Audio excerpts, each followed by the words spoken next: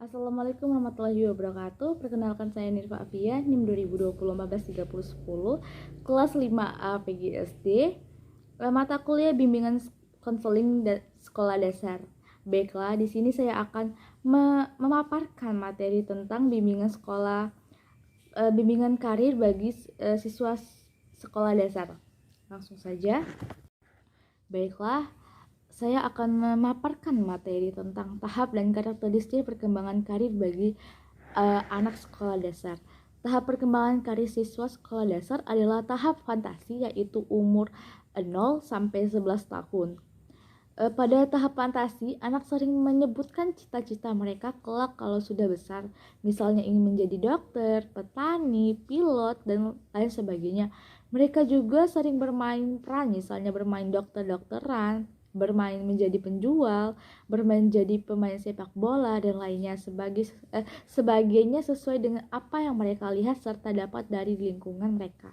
Bahkan, anak-anak sering memiliki cita-cita yang masih jauh dari pertimbangan rasional dalam kehidupan mereka, misalnya menjadi Superman, Power Ranger, Ultraman, dan sebagainya.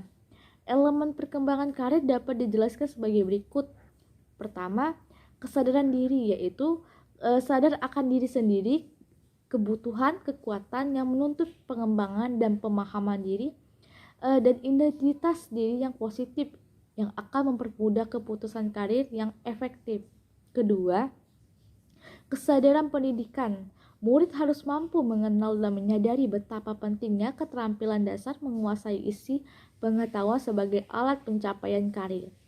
Ketiga, kesadaran karir. Murid harus diberi pengetahuan tentang perkembangan karir, perkembangan melalui pendidikan dan pengalaman kerja, dan memahami berbagai ragam jenis pekerjaan. Yang keempat, kesadaran ekonomis, memahami hubungan secara ekonomis antara ekonomi, gaya hidup, dan pekerjaan. Kelima, pengambilan keputusan, menyadari bahwa pengambilan keputusan melibatkan tindakan dalam hal mengidentifikasi alternatif, memilih alternatif yang konsisten dengan tujuan mengimplementasi keputusan tersebut. Keenam, kompetensi awal, mengembangkan keterampilan kognitif yang diperlukan untuk memasuki dunia karir. Yang ketujuh, apresiasi dan sikap, internalisasi karir yang memberikan kepuasan baik secara pribadi maupun sosial. Selanjutnya, materi tentang teknik bimbingan karir dan peserta didik. Pertama, atau A, terpadu dalam KBM. Teknik ini merupakan teknik yang paling memungkinkan mengingat pelaksanaan bimbingan di sekolah dasar adalah guru. Dalam teknik terpadu, guru hendaknya meneliti materi kurikulum dapat disisipkan bimbingan karir. Kedua, paket bimbingan karir. Paket bimbingan karir dikemas berupa modul yang masing-masing terdiri dari satu topik dan subtopik pembahasan. Selanjutnya, ketiga, bacaan. Teknik bimbingan karir di sekolah dasar dapat dilaksanakan dengan cara menyuruh murid untuk membaca riwayat hidup orang-orang berhasil. Selain dalam buku riwayat hidup, informasi jabatan dapat diperkaya dengan membaca sumber bacaan seperti surat kabar, majalah, media elektronik, dan lain-lain.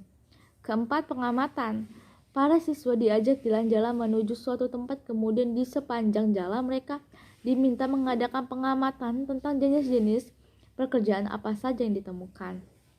Ketiga, pelaksanaan bimbingan karir disesuaikan dengan pengembangan karir sekolah dasar kelas rendah dengan teknik bimbingan melalui alat bantuan pemain berupa media bimbingan karir yang mengenalkan profesi disertakan gambar-gambar. Profesi bimbingan karir dilaksanakan dalam kelompok kecil. Prosedur pemain melalui media dimaksud agar pelaksanaan bimbingan karir bagi siswa sekolah dasar kelas rendah menjadi praktis, mudah, menyenangkan, dan menarik minat siswa. Selain itu, siswa dapat mengekspresikan diri sehingga guru pembimbing dapat meminimalkan peran dan siswa dapat memaksimalkan. Ke materi keempat, konselor atau guru menyuruh siswa membaca buku, majalah, koran, dan media elektronik lain tentangnya. Macam-macam pekerjaan yang di dalamnya ada kisah-kisah keberhasilan dari setiap pekerjaan. Baiklah, itu saja pemaparan materi dari saya. Saya akhiri. Wassalamualaikum warahmatullahi wabarakatuh.